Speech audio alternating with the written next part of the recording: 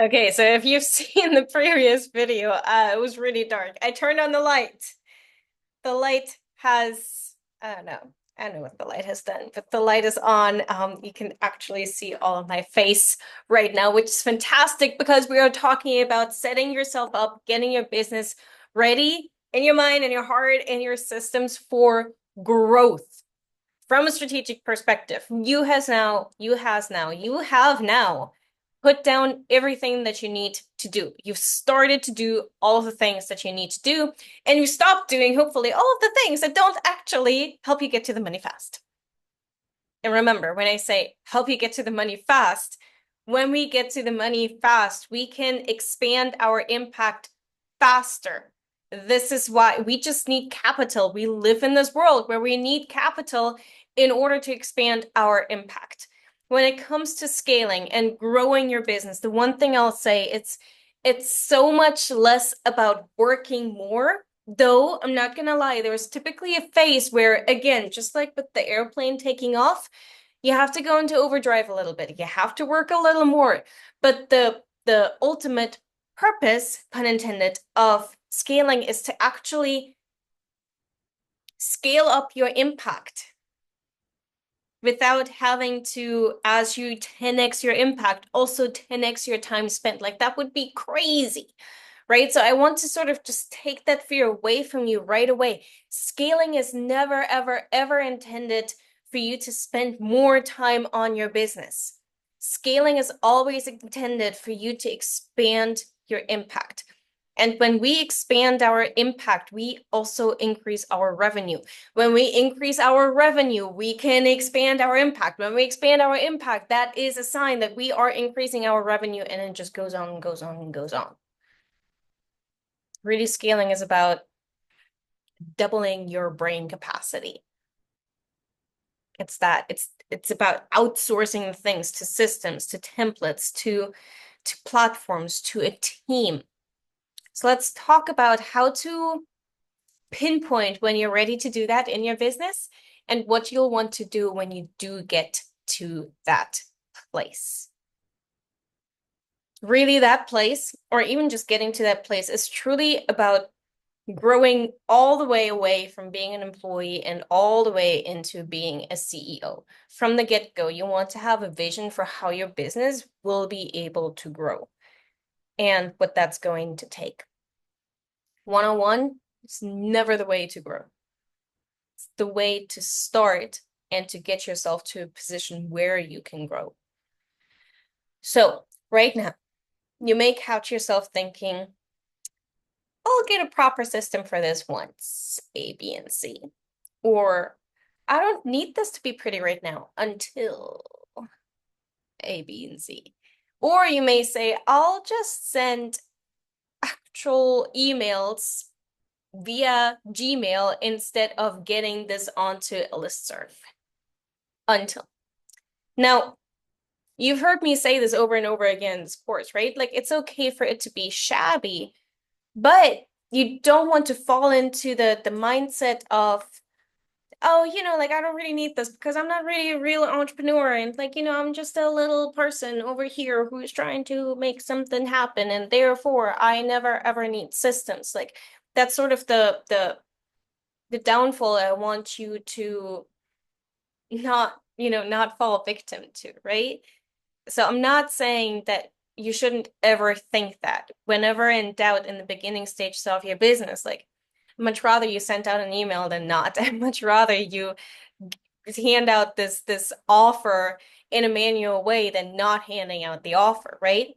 We're here to get to the money fast. And so sometimes your systems will be a little messy and less than perfect in the beginning, and that is just great.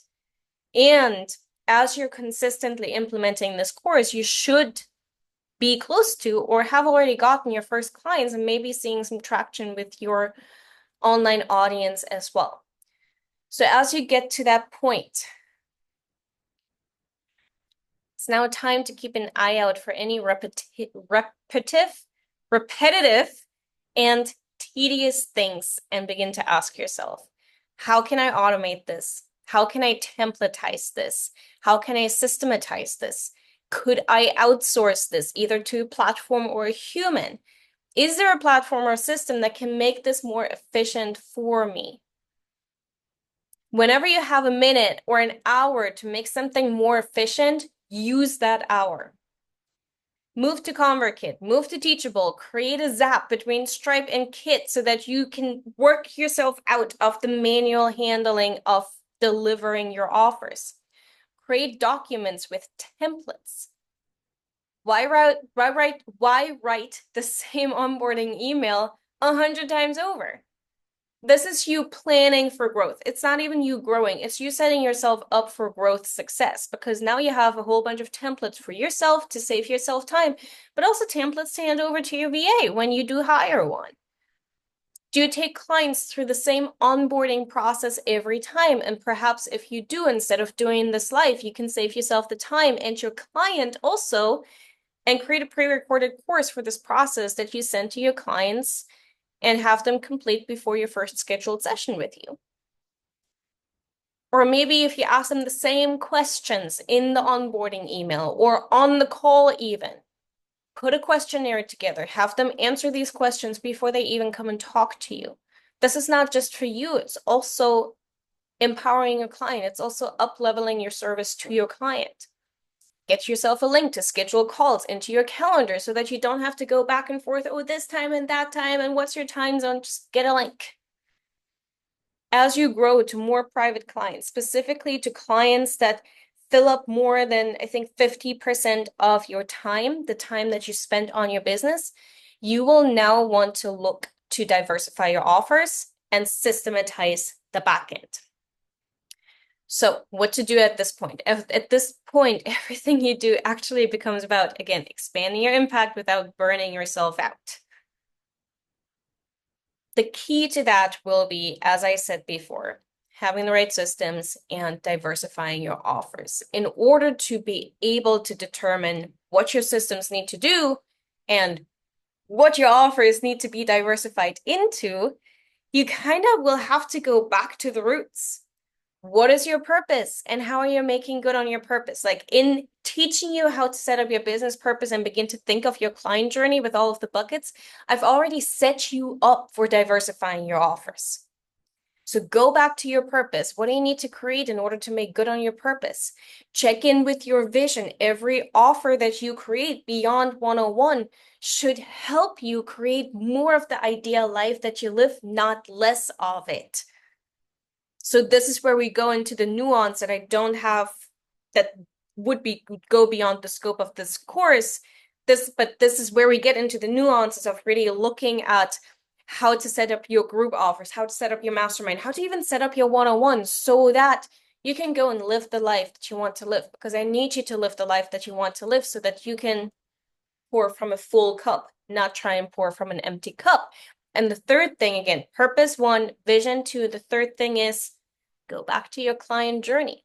And by now, having talked to so many people, having now created newsletters and content and gap conversations and paying clients, your content journey now, or your client journey should be filled in much more precisely at this point.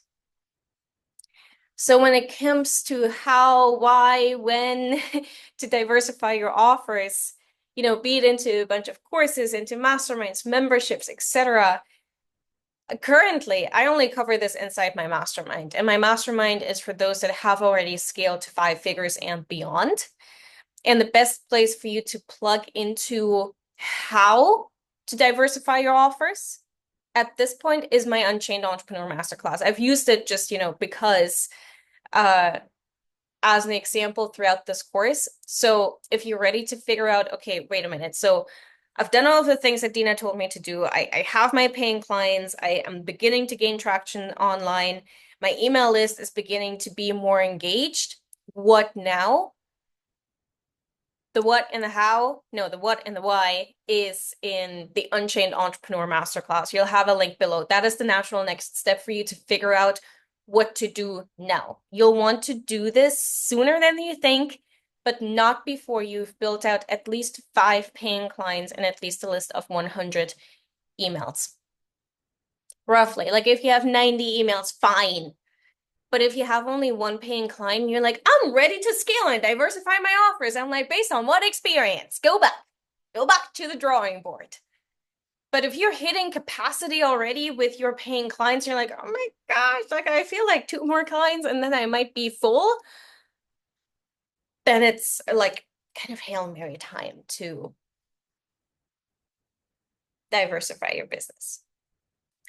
So this really should give you a good idea of what to do and what to look for in your business so that you don't sleep on taking the steps necessary to step towards impact, to step towards making even more good on your purpose, and to step towards sustainability in your business. So let's not forget that we're here to build a business that helps you change the world for the better. You can't do this if your business stops operating the minute you step away from your computer, right? Starting up a business is a lot of just hands-on, literally getting your hands dirty, right? But growing a business and really beginning to make good on your business purpose, changing the world for the better, whatever that means for you, means that we now, as we grow the business, have to begin to set up the business so that it keeps running, so that it keeps serving, so that it keeps selling without you constantly being at your laptop. Again, we're scaling impact. We're not doubling, tripling, 10xing the time that you spend on your business. Scaling your impact. So that's what's going to come next. Look out for these markers like, oh, I have an engaged email list of 100 people. I have 5 paying clients. I understand. I have a really good understanding of my client journey. I have a good understanding of the problems that my clients are going through. I'm ready to now expand my impact. How do I do that? The Unchained Entrepreneur Masterclass is there for you. If you want, again, just hands-on support, if you have scaled to 5 figures or are going beyond or itching up against 6 figures, definitely come talk to me if you would be a great fit for the mastermind. And probably by the time you're watching this, there'll be more resources out there to help you with all of the things as well. So with that, that concludes 9 to 5 to Freedom Business.